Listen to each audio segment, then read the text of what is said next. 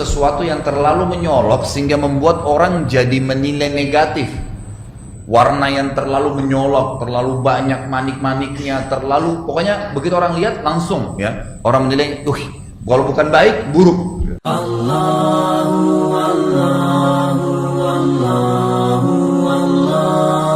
Syuhrah atau tabzir. Apa itu syuhrah? Syuhrah itu sesuatu yang terlalu menyolok sehingga membuat orang jadi menilai negatif. Warna yang terlalu menyolok, terlalu banyak manik-maniknya, terlalu, pokoknya begitu orang lihat langsung ya, orang menilai, kalau bukan baik, buruk. Itu namanya pakaian syuhrah. Nabi SAW melarang kita menggunakan pakaian syuhrah. Mungkin diantara pakaian syuhrah orang kadang-kadang pakai, karena itu ada teman-teman di Jogja buat kaos ditulis macam-macam kata-kata besar-besar atau gambar. Kadang-kadang subhanallah gambarnya tidak baik sekali. Gambar sampai pada tingkat kemaluan laki-laki, kemaluan perempuan yang tidak masuk di akal gitu. Lalu dia pakai masuk masjid sholat. Yang di belakang sholat baca tulisannya, bukan baca Al-Fatihah. Ini termasuk libasus syuhrah, nggak boleh. Pakaian yang berlebihan yang bisa menarik pandangan orang, bisa menilai paling dominan adalah negatif kepada kita. Juga tabzir. Apa itu tabzir? Terlalu berlebihan dari membelinya. Dia bisa beli sebenarnya baju yang sama cukup dengan 50.000, tapi enggak, dia pergi ke satu toko yang merek 50 juta. Untuk apa 50 juta? Apa bedanya ikhwas sekalian dan akhwat, saya ingin tanya, antara baju 50 juta dengan 50.000, bedanya? Kemasan dan kiasan duniawi. Kalau sudah dipakai, nggak ada orang tanya 50.000 atau 50 juta baju kamu. Tapi kadang-kadang kita tertarik dengan, ini harus mereknya Bos, harus mereknya ini, harus mereknya itu. Saya subhanallah beberapa waktu lalu ya, sempat nemanin salah satu seorang tamu saya, kemudian mampir salah satu mall di Jakarta gitu, kebetulan mampir. Ada satu toko, saya nggak usah sebutin mereknya, tapi merek-merek yang terkenal lah. Masuk di situ. Tidak sengaja teman saya ini tanya, berapa harganya jaket? Jaket biasa gitu. 55 juta Pak. Berapa Pak? 55 juta, diulangi lagi sama dia.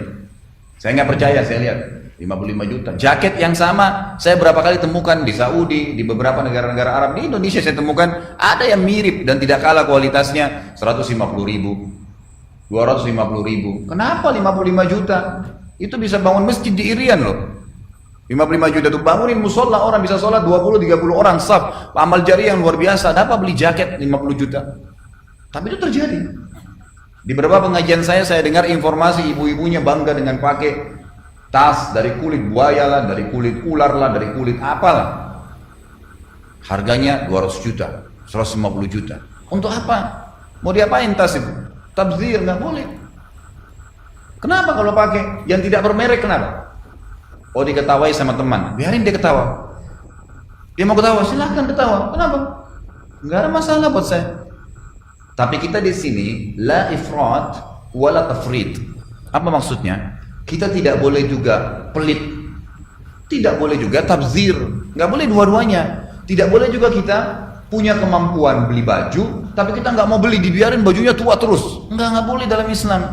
Tidak boleh ifrat, tidak boleh tafrid, tidak boleh terlalu pelit masuk dalam bab pelit bakhil, tidak boleh juga tabzir, mubazir, berlebihan. Kita berada di tengah-tengahnya. Pakai baju yang bagus, iya, yang layak. Pakai. Nabi SAW menggunakan kain katun dari Yaman. Nabi SAW memiliki kuda tunggangan yang terbaik di Jazirah Arab. Nabi SAW juga menggunakan wangi-wangian dari negeri Syam di tubuh beliau SAW. Ya. Nabi SAW menyukai ya hal-hal yang baik, wangi-wangian, ya, penampilan yang rapi. Dalam riwayat Bukhari dikatakan pernah satu malam Nabi SAW keluar, kata Ubay bin Ka'ab radhiyallahu anhu, pada saat itu bulan purnama yang sangat terang. Lalu Nabi SAW keluar menggunakan jubah berwarna hitam yang ada bintik-bintik, ada garis-garis hitamnya. Kemudian beliau menyisir dengan rapi rambutnya ke belakang. Dan kata Ubay bin Ka'ab, sebelum Nabi SAW keluar, saya lihat ke bulan, saya kagum dengan bulan karena luar biasa terangnya dan menarik sekali untuk dilihat gitu. Waktu Nabi SAW keluar dengan rapi, dengan wangi gitu kan, dengan pakaian yang bagus, saya lihat ke Nabi SAW, maka saya temukan Nabi SAW lebih indah daripada bulan itu. Kita disuruh berpenampilan yang rapi, bersih, kopiahnya yang bersih, baju kokonya yang bersih, jilbabnya akhwat kita yang bersih, tapi tidak ada tabzir dan tidak ada bakhil, enggak berada, enggak pelit, enggak berlebihan. Kita boleh nikmati. Itu dianjurkan dalam agama Islam. Nabi kita Muhammad SAW bersabda dalam hadis apa? Inna Allah yuhibbu an yara athara ni'amihi ala abdi. Allah sangat suka melihat bekas nikmatnya pada hambanya. Tapi dalam koridor tadi, la ifrat wa la tafrid. Tidak bakhil, tidak juga berlebihan. Ada orang subhanallah, lemarinya penuh dengan sekian ratus baju. Kadang-kadang karena gengsi sama temannya, malu kalau ke pengajian pakai baju yang sama 1 bulan yang lalu. Sekali pakai buang 500.000, nggak pernah dipakai lagi. Nanti saya lihat sama teman saya. Kenapa kalau dilihat? Anda kalau lihat di YouTube mungkin baju saya sudah sering saya tampil, nggak apa-apa. Kenapa? Masih bagus kok.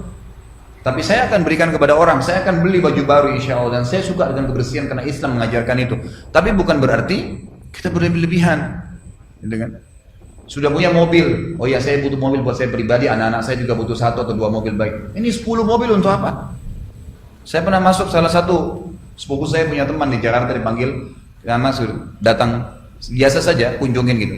Masuk di garasi mobil mungkin ada 10 atau 12 mobil. Saya tanya ke saya, ini mobil siapa? Ini mobil dia saja. Untuk apa? Dikoleksi. Untuk apa koleksi mobil? Satu mobil harganya 1 masjid loh. 400 juta, 500 juta. Saya tahu, saya lihat dengan mata kepala saya masuk ke hutan-hutan di Irian Bapak Ibu sekalian, demi Allah, saya masuk. Mereka nangis minta dibangunin masjid. Nggak ada duitnya mau bangun masjid. Yang penting ada masjid Ustaz, kami mau sholat.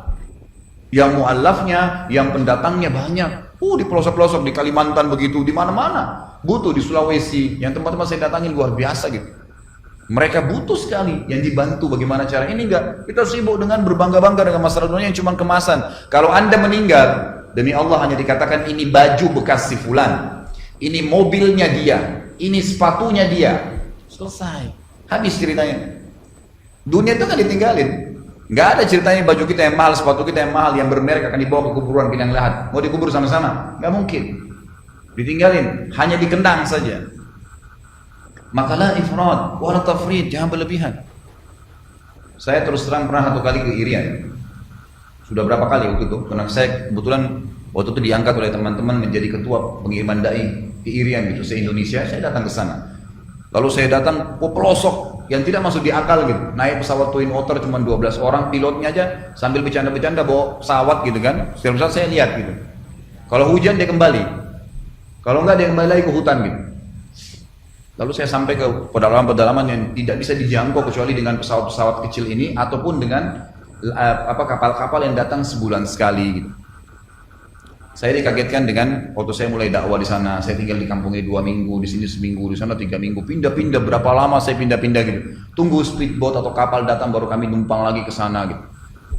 Saya terus terang waktu itu ya berpikir siapa ya umat Islam yang bisa sampai ke sini. Sampai waktu saya mau tinggalin kampung itu nangis, Ustaz siapa ya dai bisa datang ke sini gitu. Kayak tadi saya bilang mereka berharap ada yang bangun masjid nyumbang gitu.